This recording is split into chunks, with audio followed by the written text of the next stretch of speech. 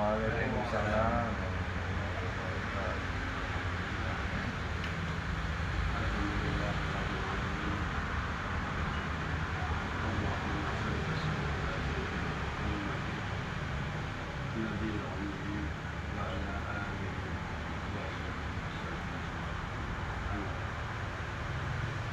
Segala puji bagi Allah yang telah memberikan kelapangan dan kesanggupan atas kita semua.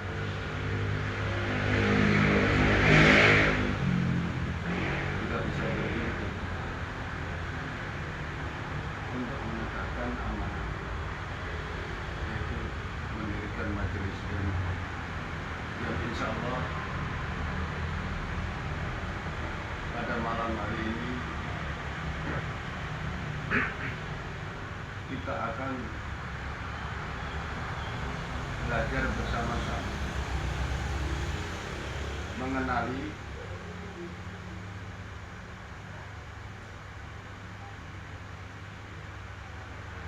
apa rahasia-rahasia atau apa keunggulan-keunggulan Nabi Muhammad Rasulullah SAW dalam Isra Mi'raj. Mudah-mudahan ada hikmah yang bisa kita peroleh dalam majelis kita pada malam hari. Insyaallah.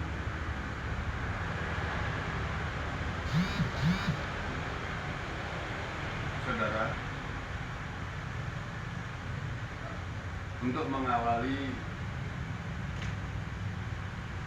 bahwa kita tidak bisa mengukur atau mendefinisikan atau mensejajarkan dengan Nabi Muhammad Rasulullah SAW. Kita letakkan pada posisi bahwa dia adalah termasuk manusia termulia yang pernah menginjakkan kakinya di bumi yang lalu maupun yang akan. Adapun kita dari sisi perbandingan tidak bisa memasang standar sebagaimana Nabi Muhammad Rasulullah SAW.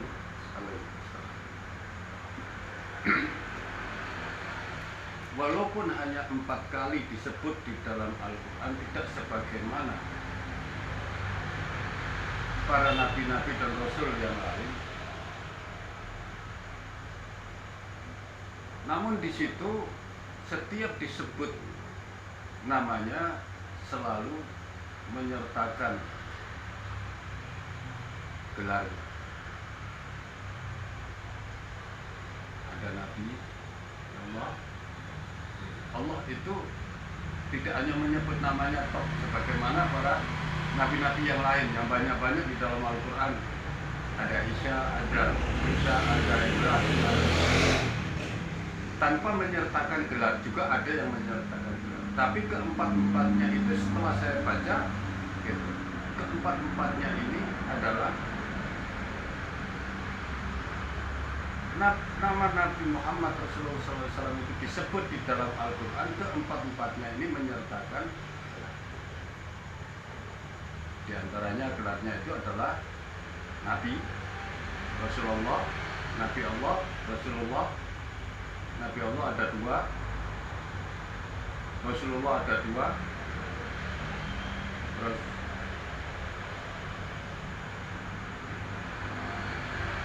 ada satu lagi,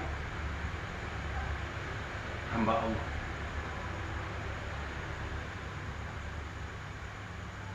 Kelebihan-kelebihan inilah sesungguhnya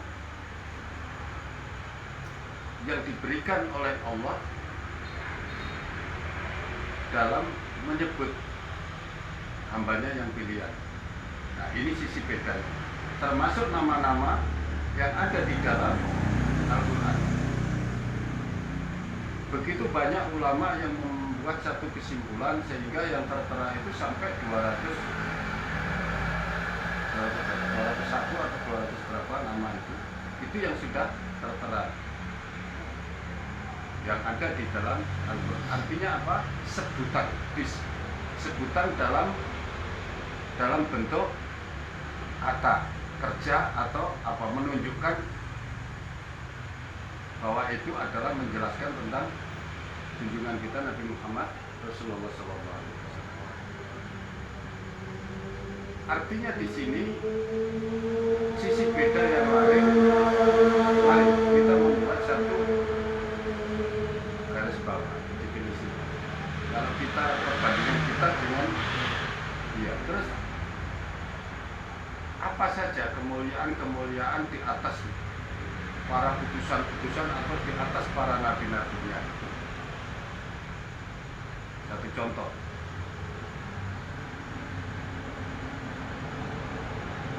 pada saat diperjalankan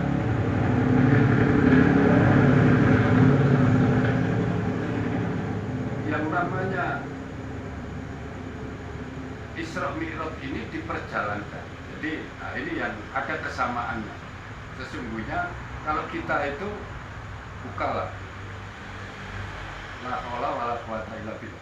Artinya setiap gerakan usaha, perjuangan atau perolehan yang kita dapatkan itu adalah atas kuasa Allah. Ini perjalanan Isra dan Mi'raj ini adalah karena Rasul ini diperjalankan oleh Allah. Ini yang harus kita mengerti. Jadi supaya kita itu tahu kenapa kok ada keistimewaan gitu. Keistimewaannya itu kok gimana sampai seperti itu, sehingga orang yang saking pinternya itu sampai tidak percaya, saking pinternya gitu. Sampai tidak percaya kalau Nabi itu dimi'rajkan, diperjalankan gitu. Dari Masjidil Haram ke Masjidil Aqsa, dari Masjidil Aqsa dimi'rajkan. Nah, di sini Allah juga membuat satu perbedaan antara penghulu para malaikat dengan Nabi Muhammad Rasulullah SAW. Membuat satu perbedaan lagi. Penghulu para malaikat memang jalan, karena kalau Allah yang memperjalankan walaupun bersama dengan malaikat Jibril gitu. Sesungguhnya ini adalah Allah telah menunjukkan kekuasaannya kepada hambanya. Perjalanan ini tidak semua yang dijalankan, yang bisa dijalankan Nabi ini tidak bisa diikuti oleh malaikat Jibril alaihissalam. Jadi di sini ada menunjukkan bahwa kemuliaan makhluk ini juga ditunjukkan di atas makhluk yang lain. Kalau tadi kemuliaan manusia di atas manusia yang sudah ada maupun yang akan datang, ini sekarang kemuliaan makhluk. Pada saat Mi'raj ini kemuliaan makhluk. Ternyata yang dilakukan oleh Allah ini untuk memuliakan Rasul itu ternyata di atas daripada standarnya Jibril. Jalan sama-sama, tapi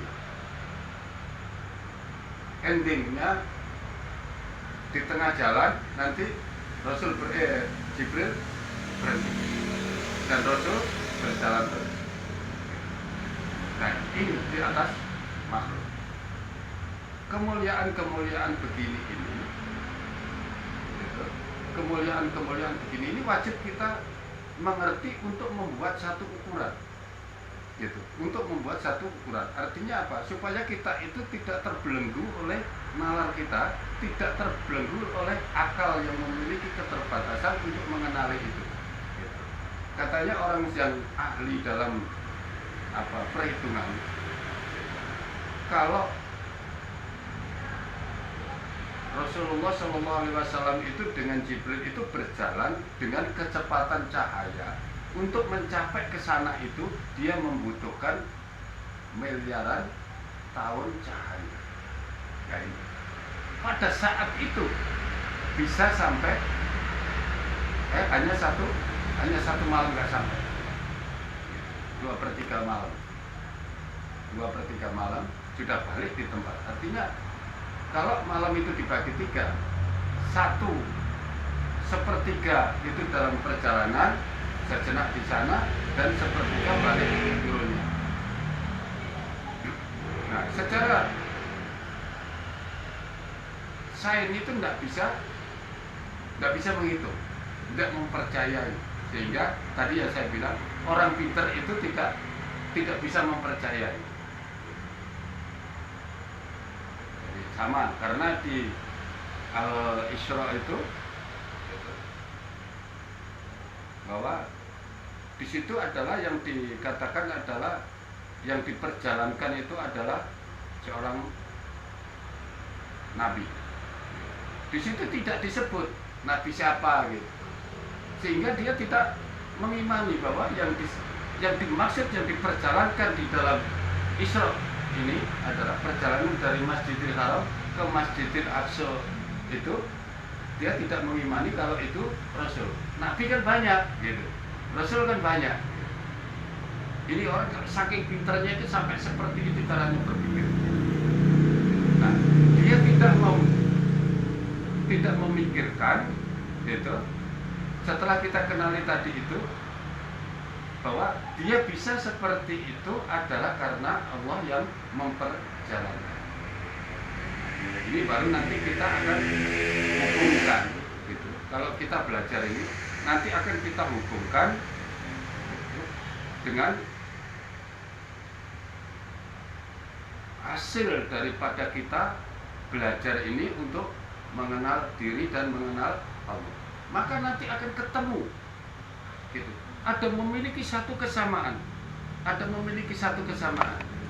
Pada saat kita mengenal diri, pada saat kita mengenal Allah gitu. Saya pikir bumi ini hanya bumi yang menjadi tempat makhluk di dalam semesta alam ini. Ternyata masih bermiliar-miliar yang seperti ini yang ditempati, entah ada makhluknya atau tidak. Tapi yang seperti bumi itu gitu, itu ternyata banyak di dalam semesta alam ini. Galaksi juga begitu banyak, bintang-bintang begitu banyak. Sehingga kemarin itu pada saat saya memberikan satu tanggapan kepada orang Buddha itu, bahwa nanti semua bintang-bintang bumi apa ini akan dihancurkan, dan dihancurkan itu tidak hilang katanya dia. Nanti akan menyatu lagi. Dia akan sudah dihancurkan itu dia tidak hilang, gitu. Tapi nanti akan menyatu lagi. Saya langsung tahu. Ya. Itu nanti jadinya adalah akan menjadi tiga planet besar. Satu mahsyar, satu surga, satu neraka. Padahal surga neraka sekarang ini kan sudah ada. Berarti nanti tinggal mahsyar. Berarti darah Imam Awal juga menyampaikan bahwa penghancuran itu nanti tidak semua. Sekarang surga sudah ada, neraka sudah ada. Berarti yang ditempati surga dan neraka pada saat perjalanan Rasul sampai di Sidratul Muntaha itu, Rasul itu melihat Sidratul Muntaha, dan pandangan Rasul itu tidak keluar dari situ. Dan Rasul menyampaikan di situ ada surga. Artinya surga juga sudah ada. Dan kita juga sudah mengimani hadis Nabi bahwa Nabi Idris ya, yang sekarang ada di surga itu, berarti benar. Artinya penghancuran nanti itu tidak keseluruhan semesta alam. Planet-planet tidak semua. Karena surga sudah ada neraka sudah ada. Nah, penyatuan kembali itu adalah nanti di dalam Al-Quran dijelaskan gitu, bahwa akan jadikan maksa tempat terhimpunnya seluruh manusia, mulai dari yang pertama sampai nanti akhir.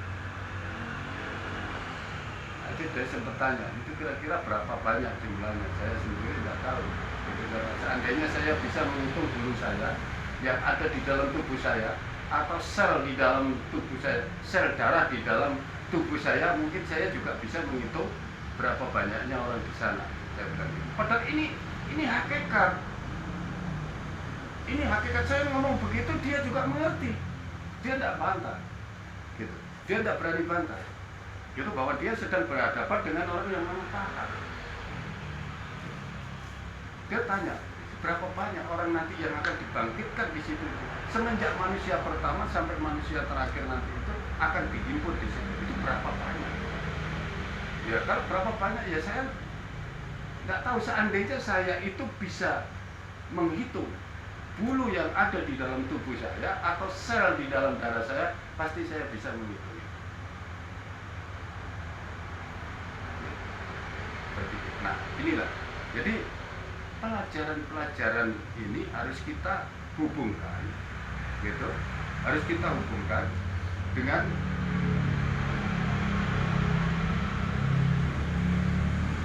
sesungguhnya Allah itu bagaimana sih caranya kita mengenali Allah itu, memposisikan Allah itu kayak apa dalam pikiran kita, menyikapi Allah itu kayak apa, terus kita kayak apa. Nah, ini yang penting di dalam kita belajar itu. Ini hikmahnya Isra Mi'raj. Kenapa saya mengajak cerita seperti itu? Karena dalam hikmahnya Isra Mi'raj itu tidak terlepas dari kebesaran manusia. Manusia ini sesungguhnya besar, jadi bukan kecil. Cuman yang bisa berfungsi di dalam, yang ada di dalam setiap manusia itu sedikit sekali yang bisa difungsikan di dalam setiap diri manusia. Kalau nunggu, kalau dihimpun nabi sana, wali sana, itu dibukakan rahasia Allah seperti ini. Sesungguhnya secara penciptaan, gitu, komponen yang ada di dalam ini adalah kurang lebih sama. Walaupun tidak sama persis, mungkin besarnya atau apa nggak sama, tapi itu sama persis. Biar Nabi juga, biar Nabi Muhammad Rasulullah SAW juga sama. Cuma ada di dalam itu ada tambahan-tambahan komponen, gitu, yang menjadikan kita itu tidak sama. Nah, macam Rasul itu berapa kira-kira persen itu berfungsi, gitu. Seandainya aplikasi gitu, itu berapa banyak aplikasi yang sudah terinstal. Nah, kita ini karena memiliki keterbatasan sehingga cuma sedikit sekali. Termasuk orang yang pintar di sisi yang lain lemah dalam menganalisa yang ini, sampai meragukan tentang ayat itu sendiri, diterjemahkan dengan dia tidak mempercayai. Termasuk perintah untuk bersolawat atas Nabi itu juga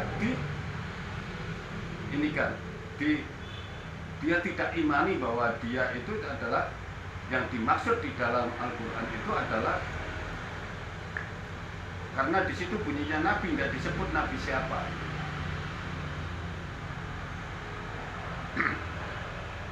Nah, padahal sudah begitu jelas kalau kita hubungkan ayat 1 dengan ini, dengan dalil yang lain, dengan perjalanan waktu ini, maka nah, begitu juga hikmah yang lain pada saat sholat di sana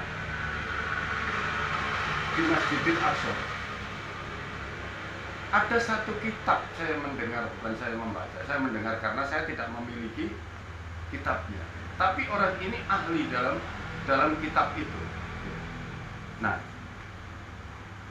bahasa Nabi itu berjumlah 124.000. Itu sesungguhnya berjamaah pada saat itu terdiri dari semuanya, semua para nabi. Sekarang bicara nabi. Nah, kita bicara nabi. Berarti pengetahuan tentang berapa banyaknya nabi yang pernah diturunkan oleh Allah di muka bumi ini, itu ternyata sampai sejumlah itu banyaknya. Nah, pada saat itu diimami oleh Rasulullah SAW. Kita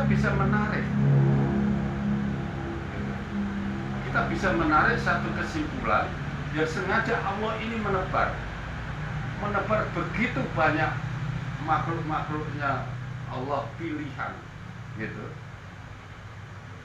yang sudah ditunjukkan oleh Allah, yang pernah di muka bumi dengan membawa tugas kenabian, gitu.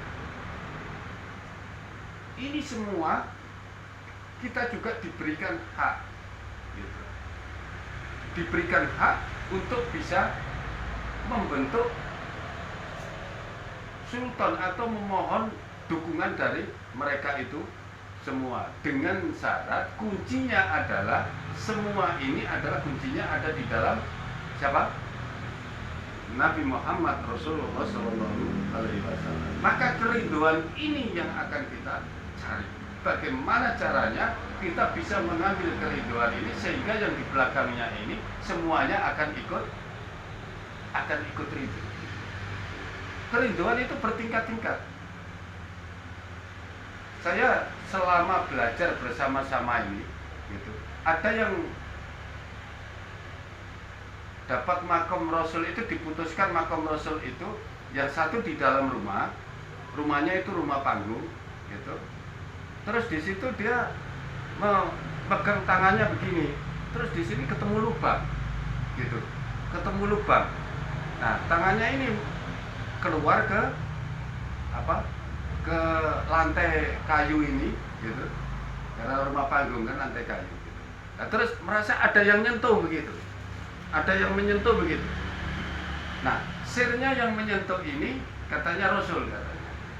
Maka itu pun diputuskan itu makom Rasul. Nah, tentu beda, gitu, secara kualitas, gitu, pasti beda. Sama-sama ketemu Rasul, hanya sentuhan jari begini yang tanpa diketahui, gitu, dengan salaman, apalagi sampai mencium tangan, apalagi sampai pelukan, gitu. Nah, apalagi sampai Rasulullah SAW itu masuk di dalam tubuhnya dan lain-lain. Itulah sesungguhnya berbeda-beda. Ini menunjukkan kualitas daripada makom itu sendiri. Nilai makom, iya makom, gitu. Ada dulu itu siapa itu tidur di balik pintu ditendang sama Jibril, katanya. Itu juga diputuskan makom dengan malaikat Jibril. Entah siapa itu, yang jelas jamaah dijahit. Nah, ini sesungguhnya tingkatan, gitu. Tingkatan dalam kita itu bisa menggapai makom itu. Nah, maka makom yang tertinggi yang harus kita cari, gitu, maka seakrab mungkin, seridho mungkin, gitu. Yang itu akan membawa hikmahnya itu adalah yang di belakangnya Rasul ini. Di belakangnya Rasul itu kan pada saat sholat itu cuma berapa? Makmumnya tadi berapa? 124.000 para nabi. Nah, itu kan beda dengan di belakangnya Rasul setelah Rasul. Nanti kalau di belakangnya Rasul, setelah Rasul ini mulai dari sahabat, anaknya, keturunannya, gitu, pengikutnya, penerusnya, sampai sekarang ini sudah berapa miliar triliun ribuan itu. Sehingga ada, gitu. Waktu itu Imam Mawal itu menyampaikan Nabi Nuh itu pernah suatu ketika pernah berjumpa dengan singa. Maka singa itu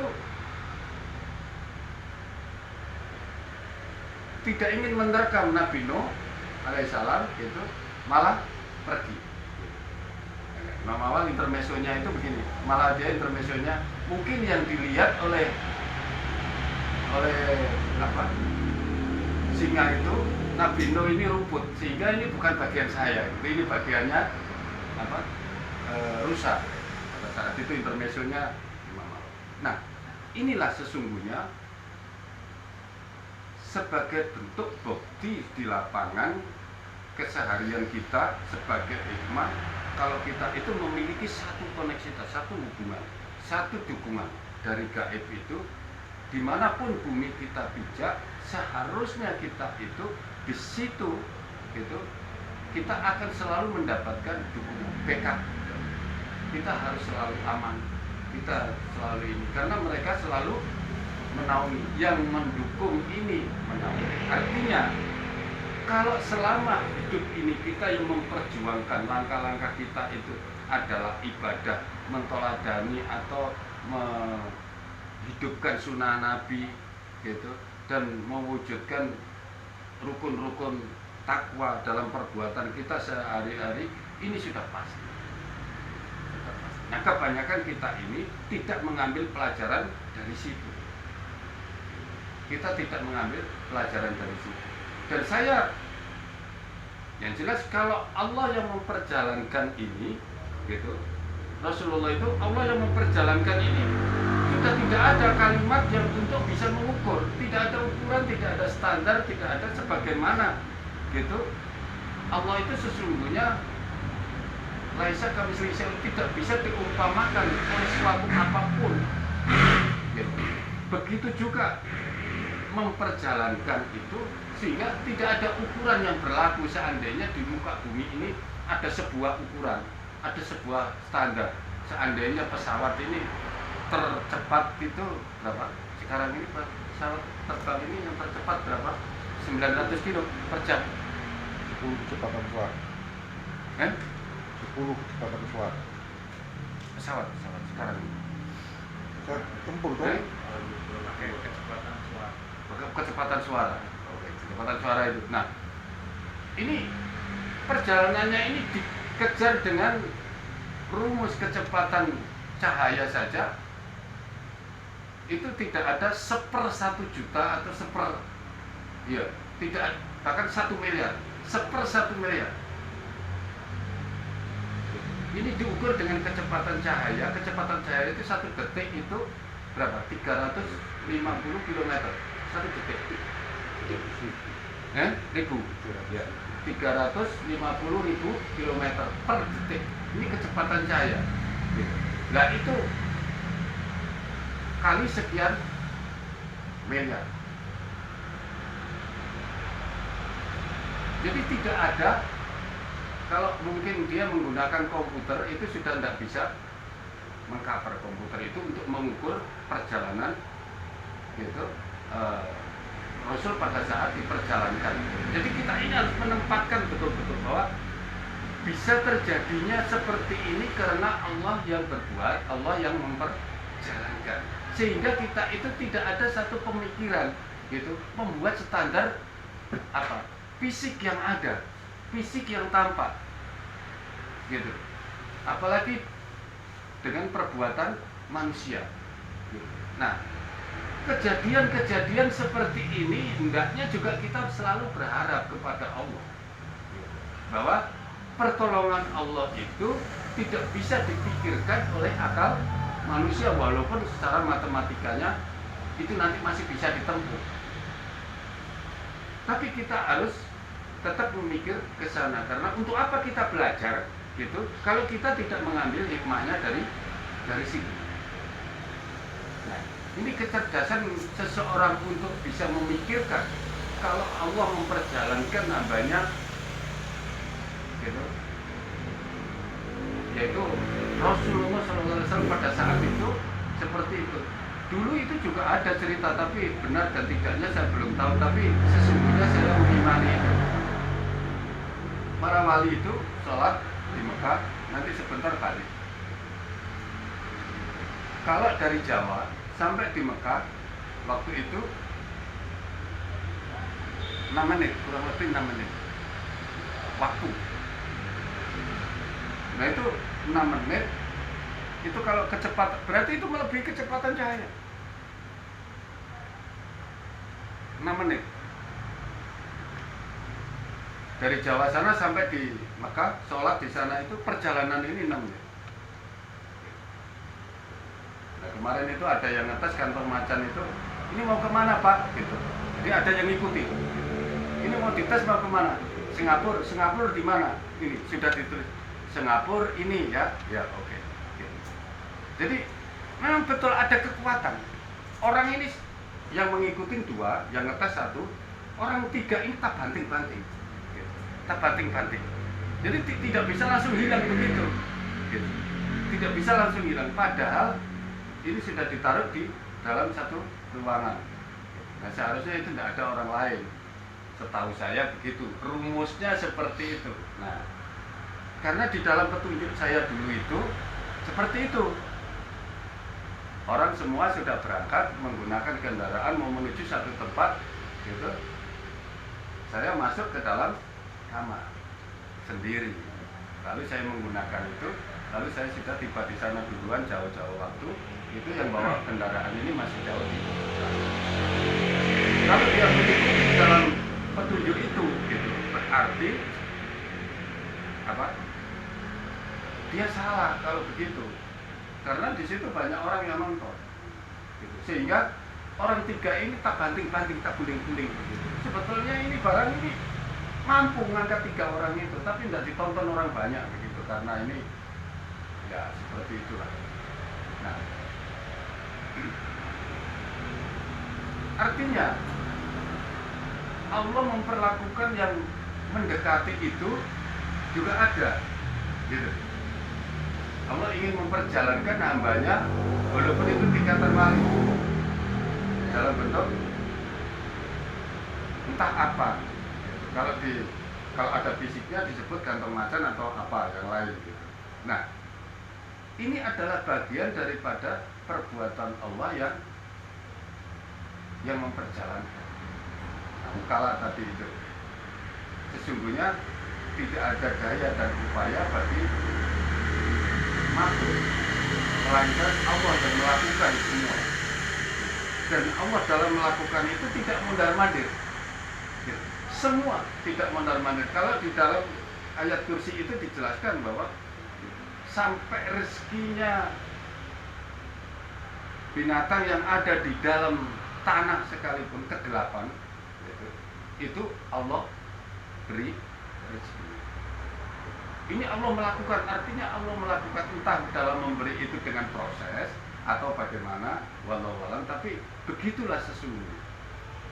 Nah, ini perlu kita kenali. Kita membuat wawasan agar momen Isra Mi'raj ini tidak terbatas dalam mengambil perintah sholat. Lanjut. Saya mengharapkan di antara kita semua, dan kita harus meyakinkan banyak orang bahwa apa yang kita bahas pada saat ini adalah benar, dan Rasulullah SAW itu waktu itu diperjalankan itu antero dengan fisik. Ini kita harus mengimani itu. Walaupun Allah tidak mungkin memperlakukan sunnahnya itu kepada kita yang bukan nabi, karena kenabian sudah ditutup. Artinya, kalaupun Allah itu memperjalankan, masih ada gitu kualitas yang ada di bawahnya. Seperti mungkin bisa menyeberangi lautan tanpa butuh waktu lama, tidak perlu pesawat atau tidak perlu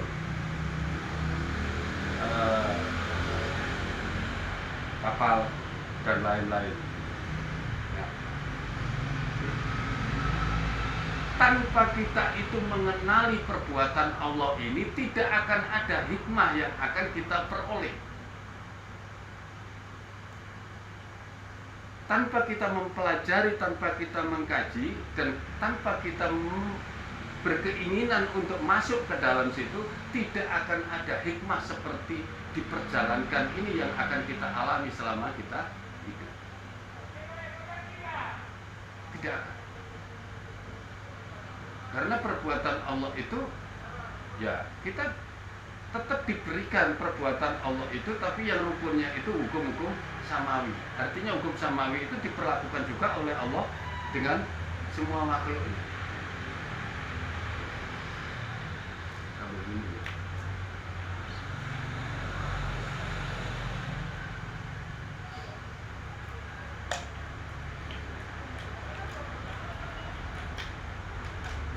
Kemuliaan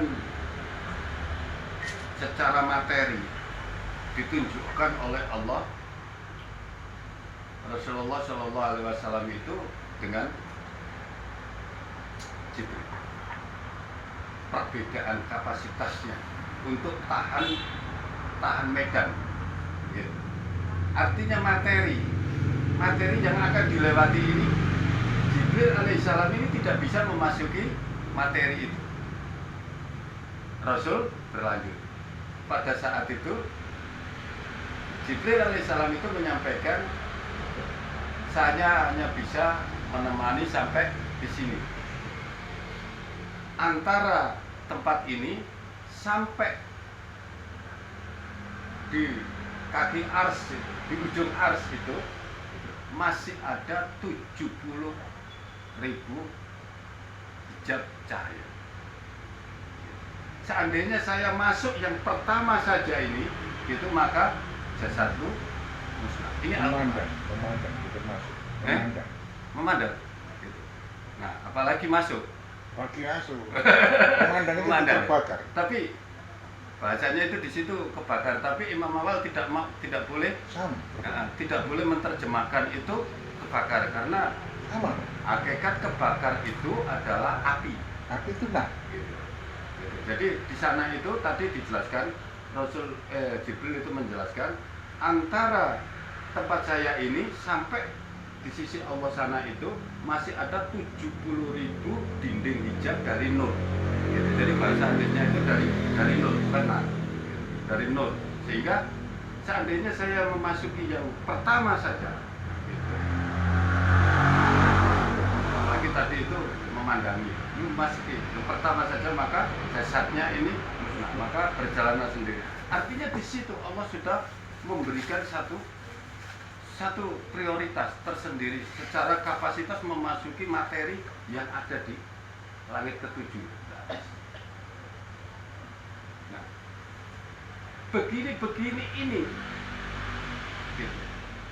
Kalau kita tidak kenali perbuatan Allah ini, gitu, bagaimana kita ini bisa mencintai terus secara utuh, secara bulat?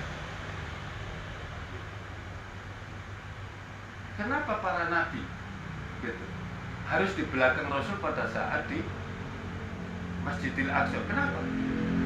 Karena awal penciptaan itu adalah ada dalam diri Rasulullah Shallallahu Alaihi Wasallam. Jadi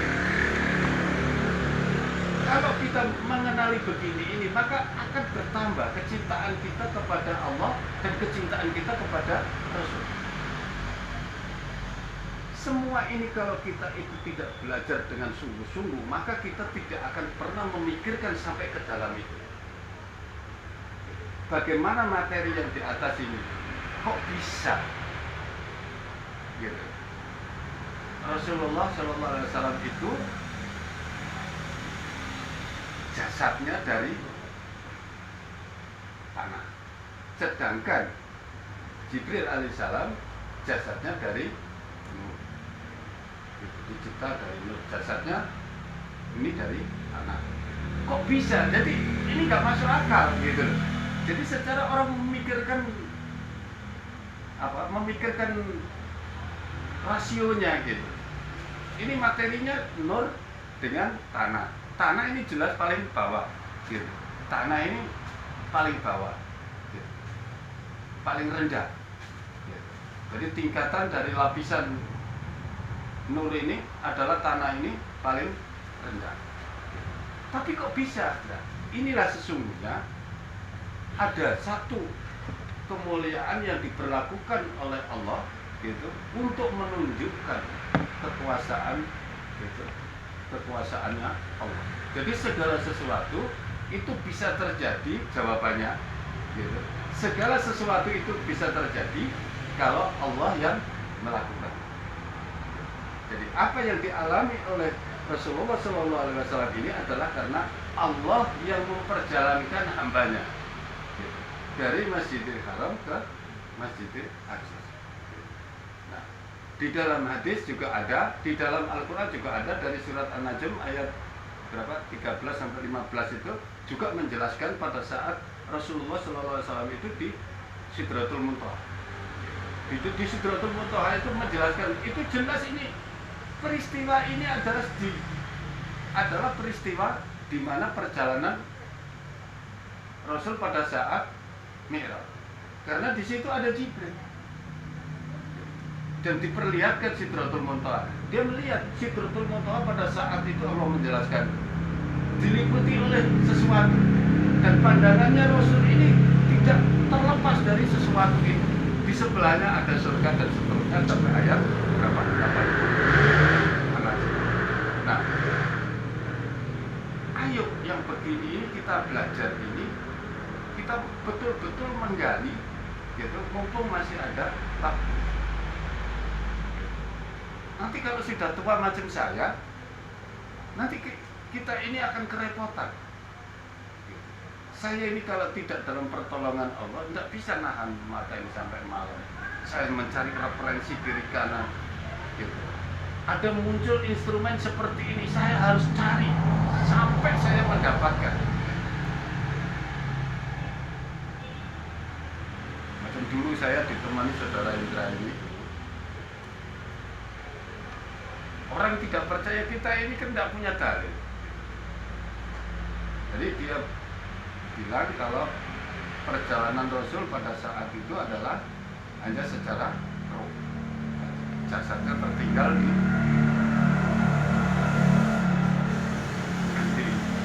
samping Hijri Ismail. Memang diawali perjalanan itu dari samping Hijri Ismail. Nah, kenapa begitu? Karena tidak mungkin gitu. Tidak masuk akal. Lah bukan komponen, bukan akal yang untuk bisa mengenali perbuatan Allah. Jangan menggunakan komponen akal. Akal itu hanya bisa digunakan untuk menghitung sedikit saja. Itu pun hanya sebagian. Sehebat-hebat manusia itu tidak lebih banyak ilmunya gitu daripada setetes air yang ada di lautan, dibandingkan dengan yang memperjalankan Rasulullah SAW pada saat. Begitu juga kita. Begitu juga kita. Memang di situ disebutkan untuk mengambil perintah. Jadi enaknya saja. Nabi-nabi ini di langit ke-7 ke bawah semua. Nabi Musa alaihissalam itu di langit ke-6. Nah, itu berapa kali naik turun itu 9 kali ya. Karena turunnya cuma 55. Gitu. Jadi 9 kali tadinya 50 untuk menjadi 45, jadi ini akhirnya terakhir dipotong 55 berarti 9 kali naik turun. Seandainya itu gitu dia mau mengikuti, nggak mampu gitu. Umatmu tidak akan mampu. Umatmu dulu itu yang fisiknya kuat-kuat, besar-besar, umurnya panjang-panjang, itu tidak mampu. Seminggu sekali saja itu hanya orang yang sudah habis stroke saja yang datang, bahasa kasarannya gitu. Terus ke Tuhan, ini kok 1 hari 5 kali masih nggak mampu, kamu naik lagi. Gitu. Kira-kira ini sambil intermezzo supaya kita tidak sepanjang. Seandainya pada saat itu Rasulullah SAW itu mengikuti sarannya Nabiullah Musa alaihissalam, balik naik, tidak keringanan, minta keringanan. Terus kira-kira dipotong piro, ini kan tadinya itu sudah potong 55, sekarang 35, dia sudah tidak mau karena sudah malu, begitu. Biar aku yang nanggung nanti umatku kekurangan. Nah, enak nggak? Tapi ojo teman-teman nggak membebani Rasul. Nah,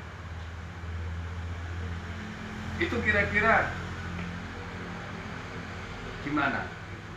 Seandainya naik lagi, oke. Pertanyaannya, seandainya naik lagi nanti dikurangi berapa? Atau sudah tidak ada karena ngurangi 55? Gitu. Atau seandainya itu diterima 50 sebagaimana awal, 1 hari diterima semua. Kira-kira yang lebih menguntungkan ini yang mana kira-kira? Saya pertanyaannya itu 2. Ini ya. Pertama kan dikasih 50, terima. Rasul kan sudah terima dari Allah. Seandainya tadinya itu kalau diterima dan kewajiban itu diberikan kepada umatnya Nabi Muhammad SAW ini, gitu, 50 kali dalam 1 hari, kira-kira. Terus dibandingkan dengan perintah Nabiullah Musa alaihissalam ini yang tinggal 5 dia minta lagi. Jadi kalau motongnya 5 berarti tidak pakai kan gitu, sudah tidak ada. Jadi kalau motongnya 55 ini tidak tahu, ini kan masih seandainya. Terus kira-kira kalau milih itu kira-kira pernah nggak terpikir oleh kita ini? Memikirkan gitu, kira-kira ada nggak? Kita pernah memikirkan begitu nggak ini? Jadi makanya peristiwa-peristiwa ini kenapa wajib kita kenal? Jadi kita ini harus mengikuti alur itu, dan seandainya begini, ini nanti begini, seandainya begini, oh begini. Seperti itu. Karena Allah itu menginginkan perbuatannya itu untuk dipikirkan. Yang menurut akal aja bisa. Betul nggak? Kita ini disuruh memikirkan nggak? Suruh memikirkan. Coba pikirkan bagaimana Allah itu menciptakan langit, gitu. Bagaimana Allah itu menciptakan bintang-bintang, gitu. Yang dia menduduki satu tempat, gitu, tapi tanpa tali temali, gitu. Yang tidak ada sanggaran atau tiang atau tali temali. Itu kita disuruh memikirkan. Loh, ini perintah Allah. Nah, apalagi ini peristiwa-peristiwa yang seperti ini. Walaupun kita itu tidak berhasil untuk mendapatkan hikmah yang menyerupai itu atau persentasenya sama dengan tadi itu ya, 0, berapa, 1 miliar itu nolnya berapa? 12 ya. Nah, 0,0-nya 12, 1%.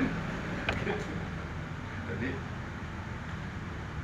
0,0-nya 12 baru 1%. Jadi memikirkan, yang penting kita itu memikirkan itu agar ada hikmah di situ. Kalau kita itu tidak pernah memikirkan sama sekali betapa Allah itu menunjukkan tanda-tanda kekuasaannya dengan peristiwa yang agung seperti itu, baru kita itu sama sekali tidak pernah membuat satu gambaran. Apa yang cerita ini? Seroneng piye? Seandainya saya itu gimana gitu. Jadi kita kenali semampu pikiran kita gunakan untuk tafakur, kita gunakan untuk apa? Kenapa? Logika hukum kita itu hanya niat, gitu. Walaupun kita itu tidak berhasil, tapi kita sudah ada niatan. Contoh, kita mau niat sholat, atau kita mau niat sedekah, kok karena sesuatu nggak bisa nyampe. Saya sudah niat ke sana. Kok ini ada yang lebih mementingkan di sini, maka saya kasihkan di sini. Yang di sana itu kita juga sudah dapat 1 poin. Karena awalnya kita sudah mau niat bersedekah ke sana. Ternyata di perjalanan, gitu, di perjalanan ada orang yang lebih membutuhkan, maka digeserlah ini ke sini. Hal itu diteladani oleh Sayyidina Ali yang diangkat oleh Rasulullah pada saat menjelaskan disuruh beli apa? Gandum ke pasar. Lalu diturunkan ujian di tengah jalan, ada orang perempuan dengan anak kecil mengatakan bahwa sesungguhnya sudah 3 hari belum makan. Lalu apa yang dikatakan oleh Sayyidina Ali karramallahu wajhahu itu? Sesungguhnya makanan ini engkau lebih berhak daripada saya. Artinya niatannya ini dia ingin memenuhi kebutuhan keluarga. Belanja ke pasar, mau datang nggak bawa apa-apa, dia bingung. Nggak, kalau keluarga orang sekarang ngamuk nggak ini? Mungkin istri ini terus langsung pulangkan saja. Lu paling ini istri-istri saiki, gitu. Iku sing duwe wong tuwa, lah sing gak duwe wong tuwa pulang nanti. Gitu. Ini kita ya. Apa ini bojone Nabi Ibrahim? Nah, bener. Apa mana bojone Nabi Lut alaihissalam gitu. Nabi Nuh. Nah, begitu saja nggak boleh dicerai. Makanya, ayo mengambil hikmah dari kejadian ini dengan kita mengenali seberapa kita itu mau mengkaji, seberapa kita mampu, sehingga nanti akan ada hasil. Kita yakin gitu, bahwa Allah tetap setiap yang kita upayakan itu, gitu, Allah akan memberikan imbalannya. Tidak ada satu kita memenuhi perintahnya Allah baru tidak ada imbalannya, sekecil apapun itu ada. Apalagi kalau besar kita bisa mendapatkan satu garis bawah. Nah, keuntungan kita memiliki jamaah ini, memiliki jamaah. Kita tidak usah mengiri, nggak usah mencemoohkan orang yang tidak. Enggak, ini orang mengenang atau memperingati apa Maulid atau Isra Mi'raj itu bid'ah, itu tidak ada ininya. Tidak usah dicemoohi dia, biarin aja, gitu, biarin aja. Lalu kita melakukan ini untuk apa? Satu, karena kecintaan kita terhadap Rasul. Kecintaan kita terhadap Rasulullah, kita itu sehingga ingin tahu perbuatan Allah. Benar nggak ini orang ini dimuliakan? Apa saja bentuk kemuliaan? Nggak ada orang di muka bumi ini yang sampai mencapai tingkatan sana, itu tak ada. Gitu. Satu-satunya. Jadi ini bentuk kecintaan. Benar nggak ini Allah memberikan ini seperti ini? Lalu kita telaah, kita ikuti, kita jalan. Gitu. Seberapa kita mampu? Mana mungkin orang bisa naik ke sana? Logika kita cari. Kata sama kata Ibrahim cari referensi. Muncul apa? Bapak pikir gak ono kitab sing iso nunjukno iki. Ya apa tak ini wong iso buka krono kaya itu. Kalau menggunakan kecepatan cahaya aja masih butuh waktu miliar tahun cahaya. Nah ini cuma 1 malam. 1/3 malam 1 kali perjalanan. Ternyata awal gagal. Ternyata awal manusia. Wah, ada diusir, turun. Adam itu dulu di sana karena ada penjelasan di dalam hadis Nabi. Ada penjelasan hadis Nabi bahwa pada saat dia salah di surga itu, di surga sana, gitu, dia kehilangan nurnya. Namanya nurul kamilah itu. Sehingga pada saat itu, setelah makan buah kuldi itu, dia melihat, kedua-duanya ini melihat auratnya masing-masing yang tadinya sama-sama nggak bisa melihat. Gitu. Sehingga dia mencari daun-daunan yang ada di surga untuk menutupi auratnya. Artinya, berarti waktu itu turun. Logikanya, Allah membuat satu kejadian, memperjalankan hambanya turun, gitu. Berarti naik juga bisa. Cuma tidak ada. Waktu itu begitu ya, hasilnya ya. Perjuangan luar biasa. Sampai bulan loh kita ini. Seanari kitab ini sudah tumpuk nomor dulu nggak pernah disingkirkan. Karena kita mencari seperti itu. Kalau memang benar-benar Allah akan tunjuk. Karena kita basicnya tidak di situ. Ini bimbingan Allah. Ternyata Allah. Nah ini juga seperti itu. Kita juga seperti itu. Urusan ini juga seperti itu. Setidak-tidaknya gitu. Iya, cara untuk menawa saja. Setidak-tidaknya kita itu tidak pada kesulitan di tengah jalan, gitu. Allah turunkan pertolongan. Allah turunkan pertolongan sehingga di tengah jalan itu tidak ada kesulitan.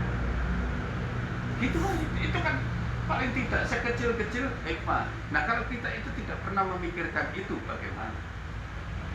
Sedangkan Allah perintah untuk tafakur, mentafakurkan perbuatan Allah, gitu. Sunnah-sunnahnya yang diperlakukan di antara makhluknya dan dalam bentuk perbuatannya dan pada makhluknya lain dalam bentuk penciptaannya. Ini kita disuruh memikirkan semua. Nah kalau kita sama sekali tidak mengenali ini, maka kita tidak akan mendapatkan hikmah dari situ. Begitu juga kita mencintai Nabi, mencintai Rasul ini, gitu. Kita juga harus mengenali secara dalam. Sekarang pada malam hari ini kita sudah tahu, ternyata pernah Allah muliakan, gitu, dalam Allah memperjalankan yang di atas seluruh para nabi-nabinya. Terus pada saat Mi'raj di atas penghulu malaikat. Ya. Terus bisa beromongan kok langsung ngono, terus iso audensi ngono. Gitu. Di dalam sholat itu. Ada ya. Nah itu ucapan terus Allah jawab gitu. Kok bisa kayak gini? Nah, inilah dengan seperti itu akan menambah keyakinan kita bahwa apa yang diperintahkan oleh Allah, kita itu mencintai Rasulullah SAW itu melebihi daripada mencintai diri kita sendiri, mencintai anak kita, mencintai istri kita, mencintai keluarga kita. Harus melebihi. Artinya apa? Bukan berarti fisik, gitu. Bukan berarti fisik. Kalau kita itu mengaku sebagai umat Nabi Muhammad Rasulullah SAW, maka kita harus mengikuti jalan-jalannya. Bila Allah memberikan rezeki, gitu, ada yang kita alokasikan ke sana. Bentuk kecintaannya sekarang ini kita tidak diperintah untuk berjuang untuk perang. Kita tidak disuruh urunan untuk bayar persiapan perang, enggak. Gitu. Tapi apa yang dilakukan Nabi, kecintaan Nabi apa? Gitu. Nah, Rasul itu selalu memikirkan anak yatim, mencintai anak yatim, orang miskin. Jadi bentuk mencintai Rasulullah SAW itu adalah ada perbuatan yang dilakukan. Tapi hukum itu harus kita buat seimbang. Gitu. Artinya, ya berapa yang kita sanggup. Kesanggupan kita ini menentukan keridhaan Rasul. Maqamal kita itu ditentukan di situ. Keridhaan Rasul. Saya mencoba untuk berjuang walaupun tidak memiliki, tidak menggunakan harta, menggunakan tenaga, gitu. Mungkin menggunakan apa? Jadi karena bertingkat-tingkat, Imam Rahman menyampaikan itu serendah-rendah Bakti itu cuma berdoa ya. Berdoa itu paling rendah. Rendah-rendah bakti itu berdoa. Tingkatan kita ini kayaknya tidak cuma doa. Ya doa ya, tapi harus ada bentuk perbuatan. Karena yang dicari adalah hikmah. Setiap perbuatan itu kita dituntut hasilnya. Kok saya berbuat begini, ini mana hasilnya ini? Saya berbuat begini, mana hasilnya ini? Maka tanyakan kepada Allah. Tanyakan kepada Allah. Libatkan manajemen kita untuk setiap yang kita lakukan, setiap yang kita perjuangkan. Libatkan manajemen kita agar kita itu tahu ada birokrasinya. Jangan nanti lupa.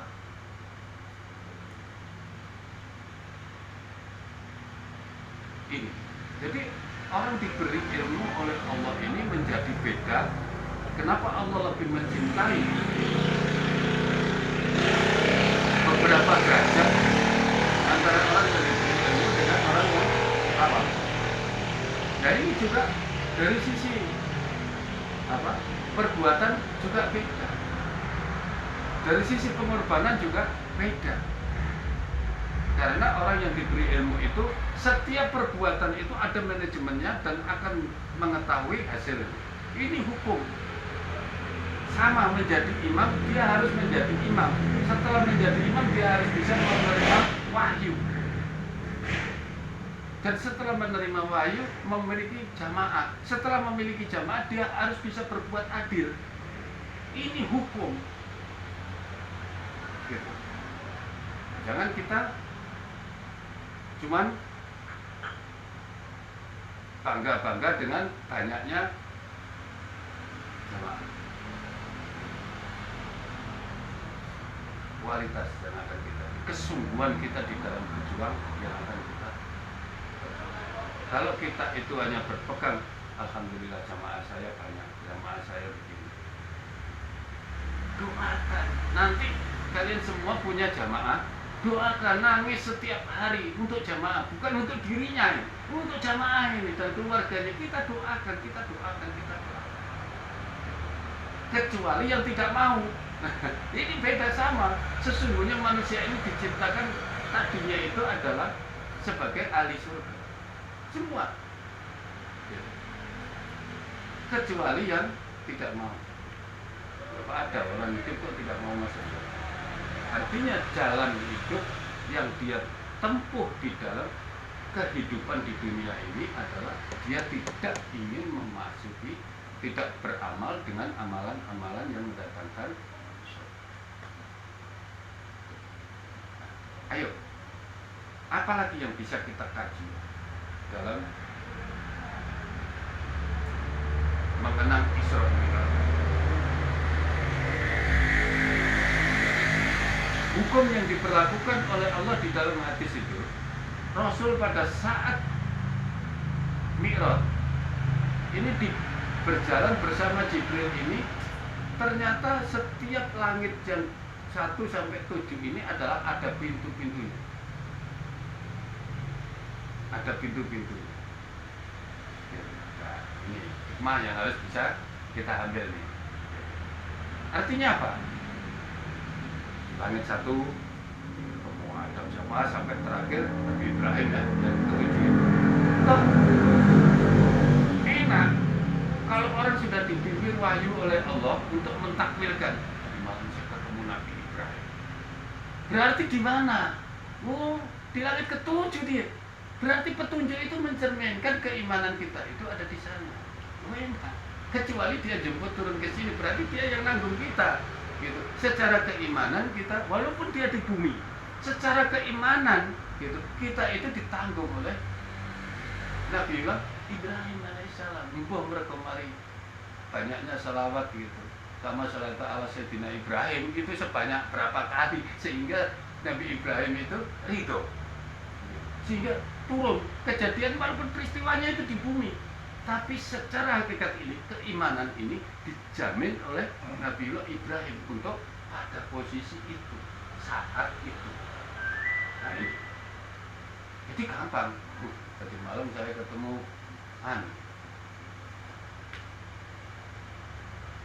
Nabi ini di langit ini. Berarti tadi malam saya cuma di langit kedua itu, di alam barzakh kan. Umpama ini contoh aja. Terus ada peristiwa apa? Nah ini ada peristiwa apa? Kalau kita itu peristiwanya itu mencerminkan di atas, gitu, mungkin di alam anbiya atau apa, ada kejadian apa? Sehingga berarti ini menanggung kita untuk membawa ke sana. Tapi kalau dengan Nabi Ibrahim kok ketemu di sini, berarti ya tetap menghitungnya adalah ke makamnya langit ketujuh, gitu. Tapi ketemu Nabi yang ada Nabi Yusuf seumpama di langit ketiga, ya, itu kok ketemunya kok di langit kelima atau keenam gitu. Kejadiannya itu di sana, ciri-ciri lokasi ini di sana. Berarti Nabi Yusuf ini yang telah menjamin kita.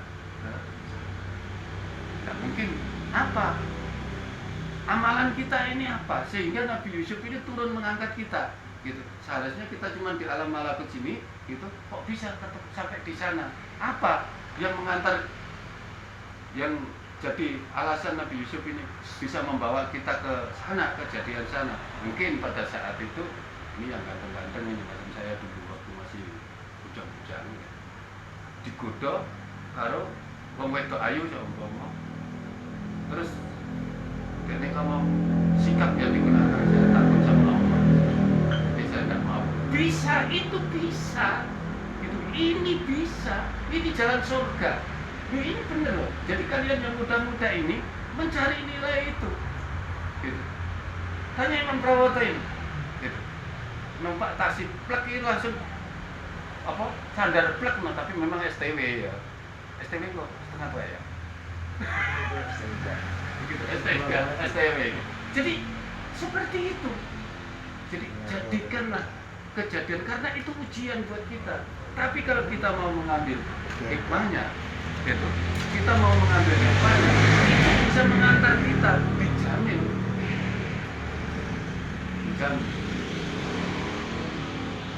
Bukankah jelas itu dalilnya? Salah satu di antaranya yang akan diberikan kedudukan yang mulia itu adalah ujiannya itu salah satu dirayu perempuan cantik, terus dia tidak mau karena takut sama Allah. Toladannya adalah sahabat Nabi Yusuf. Ingat itu aja, tidak mau karena ingat itu. Setelah itu kan dimuliakan, Nabi Yusuf dimuliakan setelah itu. Walaupun di penjara dulu, ya, tidak apa-apa. Memang ujiannya udah itu. Jadi ayo, gitu. Jangan cuma peristiwanya Nabi Muhammad Rasulullah SAW saja yang kita ambil hikmahnya, gitu. Semua kita ambil poinnya, kita teladani, kita jadikan. Nah, kita ini lagi ngetren, gitu. Sana-sana banyak jauh, apalagi mobil banyak, gitu. Seumpama ini, ciut-ciut, guys, jalan. Tolong saja karena lillahi ta'ala saja. Cuman ngomong ya, kayak ono ngombe wong sing apa haus, kasih minum orang yang sedang kehausan, kasih makan orang yang kelaparan, gitu. Payung ono orang yang sedang kepanasan, hujan kepanasan, gitu. Kalau hujan itu tetap dingin karena hujan itu apa sifatnya ini adalah rahmat, gitu. Tapi panas ini kan banyak, gitu. Banyak terjemahannya banyak, gitu. Orang lagi marah, orang yang lagi dalam ancaman, orang yang dari mau terus kita kendalikan dari ini, itu perwujudan daripada payung ono sing kepanasan. Atau orang yang lagi bangun gubuk atau rumah, kita bantu setengah hari kah, 1 hari kah, sedelok kah. Ini bagian dari mewujudkan itu semua. Jadi carilah hikmah dari kejadian-kejadian. Nah, karena kita ini tidak bersentuhan dengan Nabi pada zaman sebelumnya. Jadi Rasulullah ini kan Nabi yang ke berapa? 124. Jadi Rasulullah ini adalah adalah kenabian yang ke-124.000. Sebelumnya ini gitu, punya sejarah semua.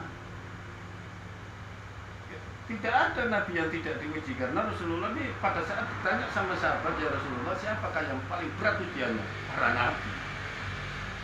Jadi semua pasti diuji. Bahkan banyak dibunuh. Sampai banyak dibunuh. Nah, mari kita mengambil setiap kejadian yang Allah kukuhkan di dalam Al-Quran atau Allah kuasakan kepada kalau diturunkan kepada Nabi dalam bentuk hadis itu sesungguhnya bukan kita cuma suruh dengar, suruh menghafal, enggak. Ambil hikmahnya, syukur bisa menjadikan ini sebagai wasilah.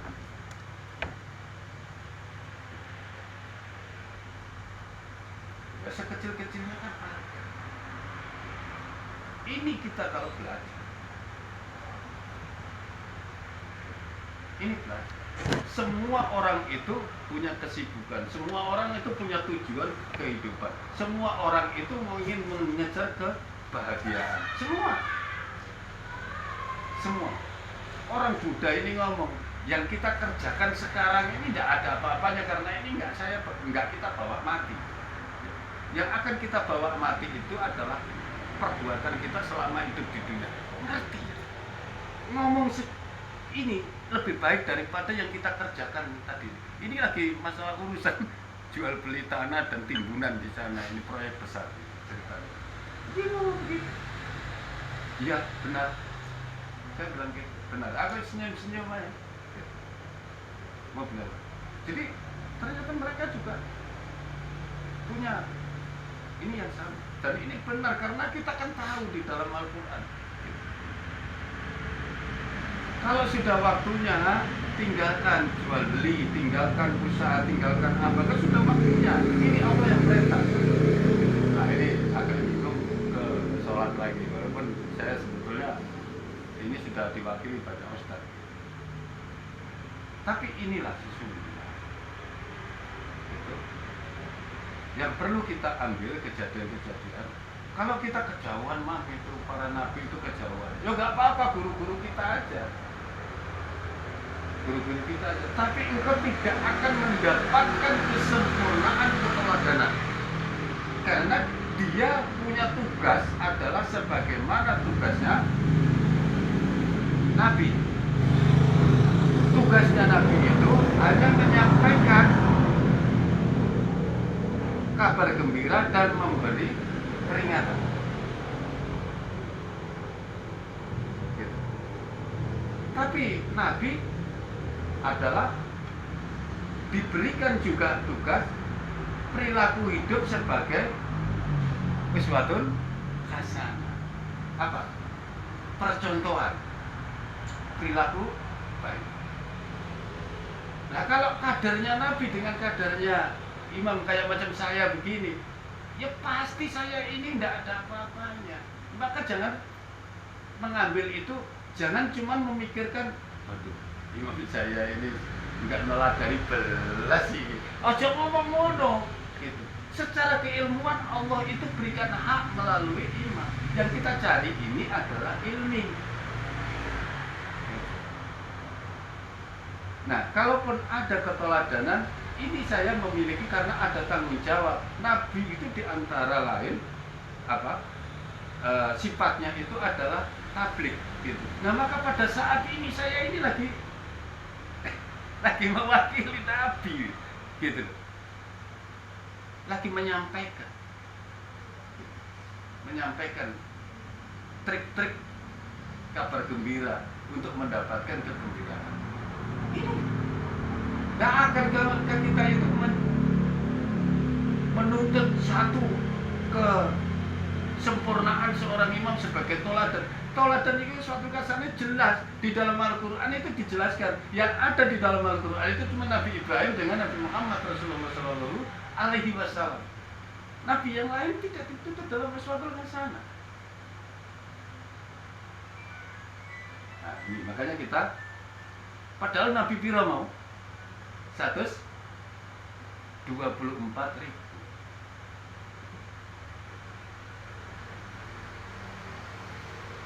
sampai Allah menggunakan sungguh, ya, artinya membuat satu penekanan gitu. Kapasitas ini dua hambanya, yang satu adalah mendapatkan imamul mutakin, diberi imamul mutakin gitu. Dan satu diberikan imamul mukmin dalam bentuk iman dan ilmi. Tapi di balik itu ada kesamaan, tapi dari bibit unggul gitu, yang diberikan posisi imamul mutakin ini juga mengagumi yang imamul mukmin ini. Dalam satu sisi, di sisi lain juga dia diperintah untuk mengikuti milah Ibrahim bapaknya. Tapi di sisi lain nanti bisa kita buktikan pada saat di mahsyar gitu. Orang ini berbondong-bondong gitu, datang ke Nabi, oh jangan ke saya gitu. Saya punya kesalahan, ini kamu ke sana. Nanti terakhir itu adalah yang memiliki kemuliaan tertinggi, maka Nabi Muhammad Rasulullah SAW yang bisa menghentikan semua huru hara di mahsyar. Tidak ada yang berani. Memang itu sudah karena sumber daripada penciptaan itu dari dia. Maka tumplek belakang cinta karo Rasul. Tumplek belak. Artinya tumplek belak itu ada usaha. Gitu. Bukan saya yakin tok gitu. Tidak. Ono usaha nih, Mbok. Ada rutinitas 100 kah, 200 kah tiap hari. Sholawat atas Nabi. Ini bentuk daripada kecintaan karena Allah merintah. Ya kalau kita itu sudah termasuk orang alim, ingat ikan-ikan itu di laut itu berselawat kepada kita, bukan cuma Nabi saja, nempel di ilmunya. Nah, yang ada di kita kenal. Ikan-ikan yang di laut itu berselawat, kita dapat. Dengan catatan kita ada bentuk usaha, ada ikhtiar berselawat atas. Nah, ini ambil hikmah ini semua. Mendapatkan makom 24 Rasul. Nabi Muhammad Rasulullah SAW ini belum. Maka dibandingkan dia entah tidak ingat atau memang belum beneran, belum. Terus ini yang 24 ini belum, merasa belum, tapi sudah makom Rasul gitu. Maka satu dibanding 24 ini kedudukannya di hadapan Allah secara keilmuan gitu. Makoman Mahmudah itu secara keilmuan tingkatannya ini lebih tinggi. Satu ini kita makom dengan Rasul, kita sudah masuk di 9.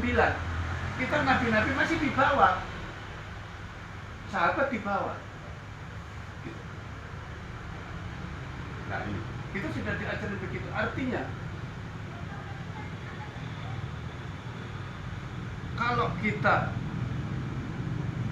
kejar kepada Rasul, maka di nabi-nabi yang lain ini insya Allah tetap mendapatkan dukungan, walaupun tidak mendapatkan petunjuk secara sadar, itu kita tidak menerimanya. Tapi sesungguhnya belum tentu. Kadang-kadang kita menerima, cuman kita tidak bisa mengingat gitu. Atau tidak bisa mendefinisikan. Saya tidak kenal, ketemu orang laki-laki pakai baju begini, dia salaman ngomong begini, nggak kenal. Padahal ngomong begini ini yang diomongkan ini rukun takwa ya. Berarti kan Nabi ini butuh satu kecerdasan dalam bimbingan Allah untuk mentakwa.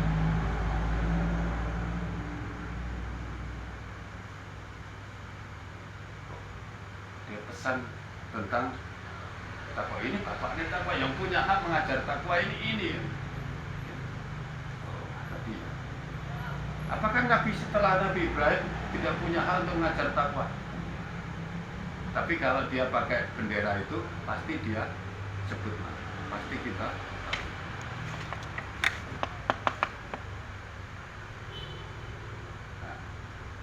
bimbingan Jibril seperti itu dalam mentakwilkan itu. Sorry. Gitu. Jadi untuk mentakwil itu kita juga butuh bimbingan. Butuh bimbingan. Entah siapa yang akan membantu kita dalam mentakwil. Yang jelas adalah yang kita butuhkan satu adalah Ruhul Quran.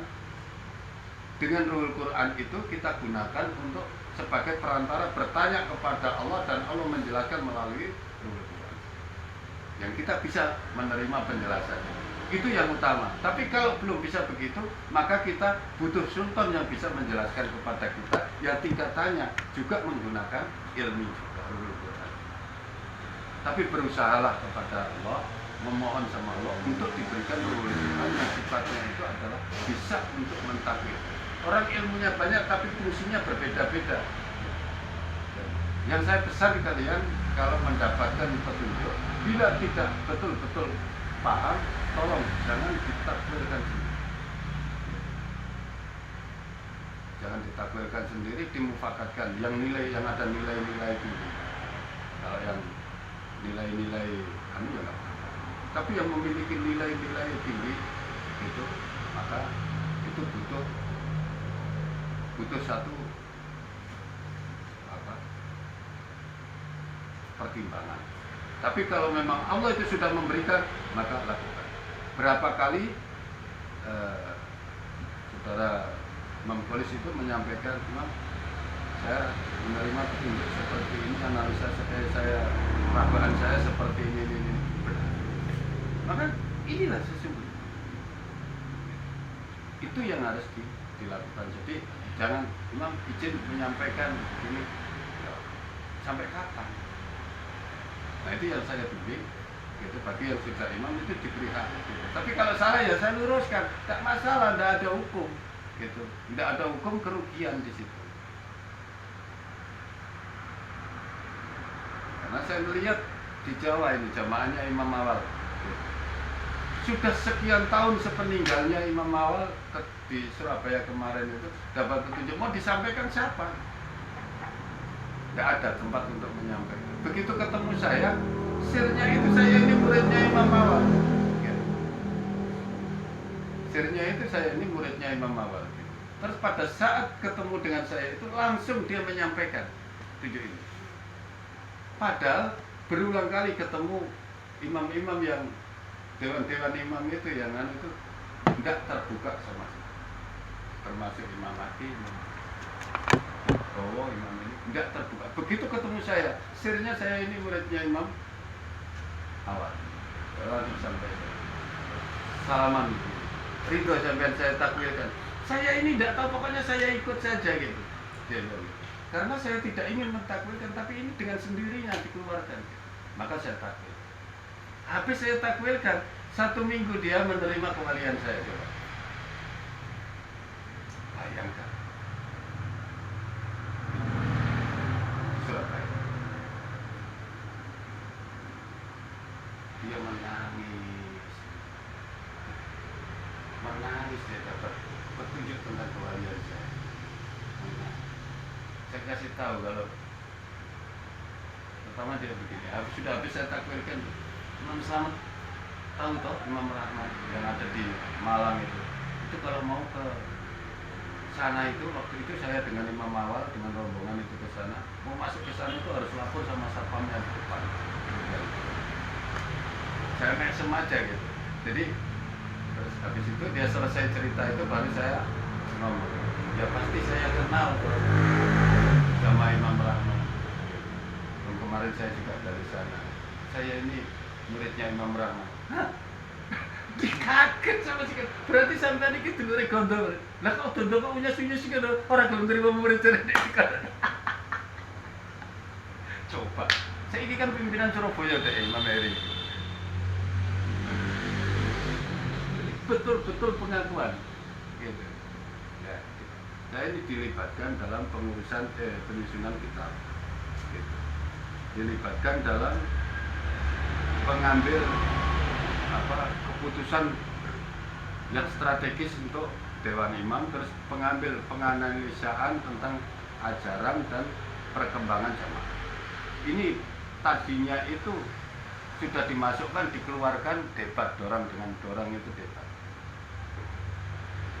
Ini kan bukan muridnya Imam Mawal, tapi Imam Bowo, Imam Mahdi, Imam Ibrahim itu melihat potensi, gitu. Melihat ada potensi ini, Imam Slamet ada potensi ini urusan ini, gitu. Nah, ternyata benar. Untuk menyelesaikan yang kemarin itu, begitu saya sampaikan begini, loh, kita semua ini memang belum pernah, karena Imam Mawal tidak pernah membuat satu majelis yang judulnya itu Ma'rifatul Siddiqin, tidak ada, gitu. Sehingga kita tidak tahu, makanya diajak berpikir begini, saya kasih tahu, Siddiqin itu bukan maqaman mahmud, itu gelar seseorang yang telah mencapai tingkatan ini. Nah, kita ini tidak tahu gitu. Ya seperti itu kemarin. Makanya ini yang sudah menyatakan keluar secara resmi itu tidak tahu, dirayu lagi, masing-masing. Kecuali saya yang datang ke sana, ya tidak ada masalah, karena dia akan dekat sekali dengan saya.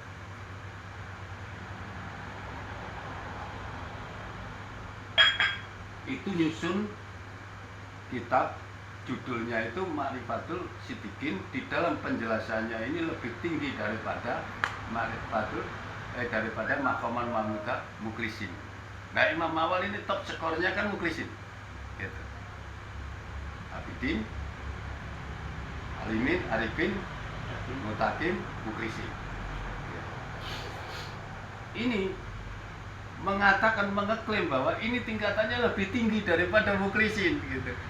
Judulnya itu adalah Ma'rifatul Siddiqin, gitu. Nah, saya bilang, kalau kelima maqaman mahmudah ini dia telah sempurna dengan benar, gitu, maka orangnya itu disebut Siddiqin. Saya bilang gitu. Nah, iki Dewan Imam ngomong, ikut dalil endi, gitu. Wah, iki tak golek tak dalil. Kita pura urung nemokno. Yo saiki iki saya cari kita enggak ada. Tapi kan saya tahu. Jadi itu sama, gitu.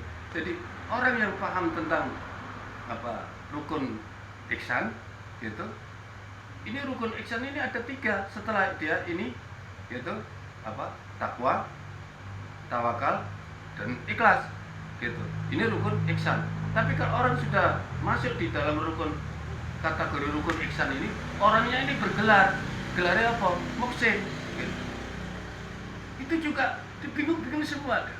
Berarti untuk pelajaran hikmah banyak ini tentang ajaran Imam Mawal ini ternyata Jayapura, orang yang terpencil ini ternyata, gitu. Nah, itu Dewan Imam. Coba bayangkan. Makanya dari situ setiap pertemuan, ya untungnya kan kita ini intent. Seandainya Mang Prawoto itu intent komunikasi dengan mereka, gitu. Gitu pas awal gitu.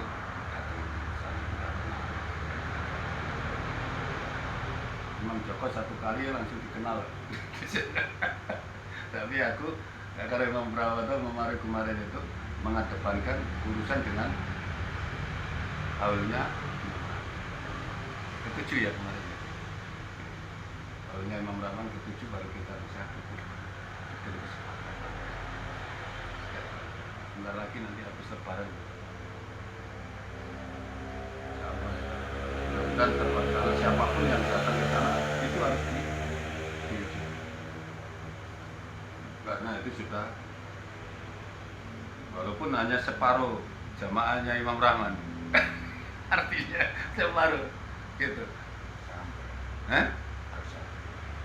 Kok nggak sampai bagaimana? Artinya yang membenarkan ini loh, yang mengikuti ini, membenarkan ini. Yang tidak mau itu justru nggak sampai separuh. Enggak, maksudnya ukuran yang hadir gitu loh. Yang datang ke sana. Iya, itu ukurannya sampean itu kan? Enggak, yang datang ke Malang itu. Cuma berapa orang? Iya, artinya di belakang kita ini kan besar gitu loh. Artinya terus disinkronkan dengan banyaknya jamaah, terus berapa banyak jamaah ini yang membenarkan itu, terus di belakangnya jamaah itu. Berarti dia tinggal sedikit. Gitu. Lah karek piro? Sing gak setuju ki lho karek piro? Gitu.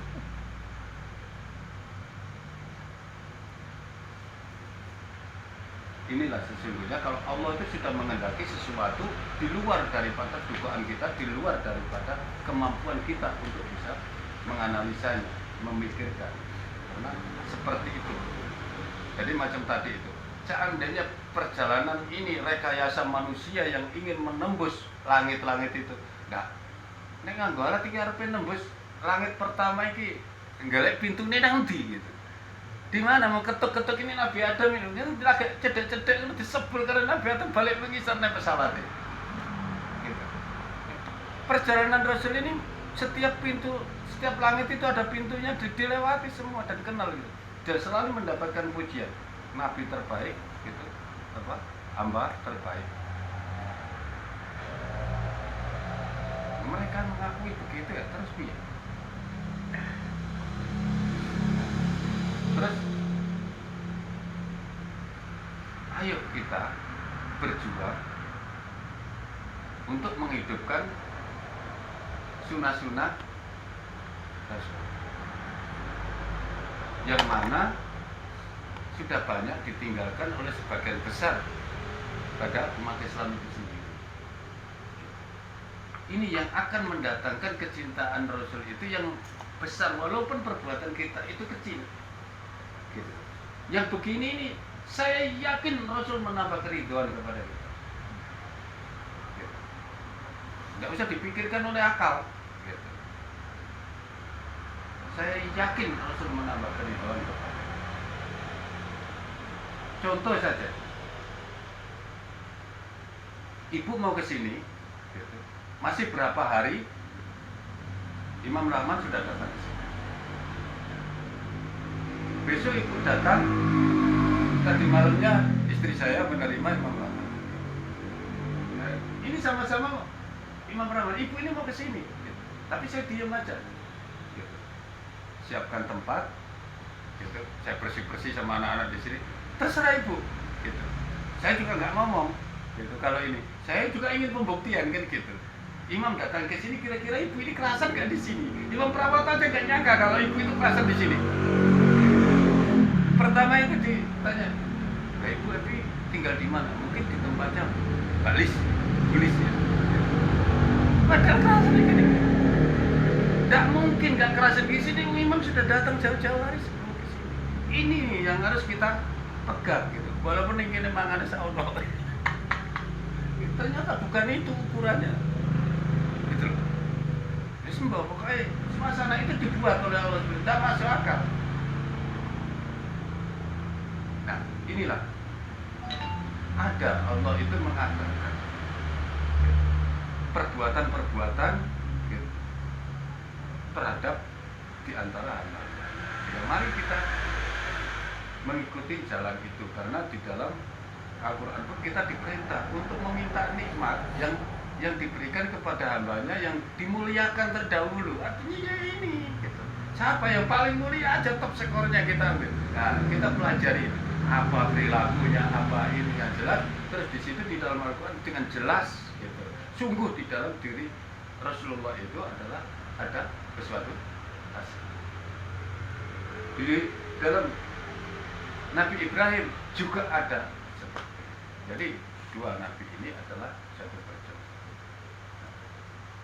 Ayo kita hidupkan setiap ada kesempatan sekecil apapun momen yang bisa menghadirkan kita itu untuk membahas kekuasaan perbuatan Allah yang menunjukkan kekuasaannya kepada umat Nabi Muhammad Rasulullah SAW tentang kecintaan Allah terhadap Nabi Muhammad Rasulullah SAW. Artinya kita ikut senang, kita ikut cinta. Mudah-mudahan nanti, enggak mudah-mudahan kita memperjuangkan ya. Kita memperjuangkan masa aku didelok barang timbanganku kok berat gara-gara iki. Aku gak iso ngekei contoh sing apik ana kesalahanku gitu. Nah apa iki Mas Slamet iki? Oh iki. Lewat. Rasulullah SAW itu nanti itu adalah memainkan perannya itu. Siapa yang pernah menghidupkan sunnahnya itu adalah akan dijamin dengan setelahnya. Kurang saiki. Jadi sisi. Tak. Seandainya dia suruh menanggung seluruh umatnya sampai hari kiamat itu bisa. Tapi ada kekuasaan Allah, ada keadilan Allah yang harus diperlakukan. Kalau kita ini mencintai, ya, kadang-kadang ada satu perbuatan gitu yang kita itu lebih mengedepankan kecintaan kita itu kepada Rasulullah SAW dibandingkan anak istri kita. Kadang-kadang kita itu harus memiliki percontohan satu perbuatan yang seperti itu. Gimana caranya, Bapak? Gimana caranya? Kalau kita itu selamanya ingin menunggu lebih longgar punya baru kita berbuat, enggak seperti itu. Suatu ketika ada orang yang 100.000, ada orang yang 1.000. Karena 1.000 punyanya cuma 1.000 itu, yang 100.000 ini dia memiliki 1 juta. Maka yang punya 1.000 ini cuma itu ya dia pertaruhkan. Maka yang memiliki nilai lebih tinggi adalah secara pengorbanan adalah yang 1.000. Karena dia mempertaruhkan semua. Mungkin secara materi gitu 100.000 ini lebih banyak. Tapi kan banyak kaya dan miskin ini kan Allah yang mengamanahkan. Artinya harta yang ada di orang itu juga miliknya Allah juga. Allah bisa ambil sewaktu-waktu. Gitu. Allah bisa ambil sewaktu-waktu. Allah bisa. Gitu. Nah ini yang harus kita pahami di dalam contoh-contoh itu. Jadi setiap kejadian, ayo kita menteladani. Kalau memang anak Galilei kayak itu mau ya, saya takut kepada Allah. Ingat contohnya Nabi Yusuf tadi. Nah, nabi-nabi yang lain juga ada keteladanan yang harus kita ini yang bisa mengantar. Yang sedikit itu bisa mengantar kita itu tanpa kena sengatan nabi neraka. Gitu. Kalau tidak kena sengatan nabi neraka berarti nanti gini. Gitu. Gitu. Haram nabi neraka itu nyentuh orang yang punya ujian terberat itu. Contohnya nabi-nabi yang lain itu juga begitu. Ada yang untuk meluruskan masalah timbangan saja Allah menurunkan nabi. Kalau beli itu takre itu didudul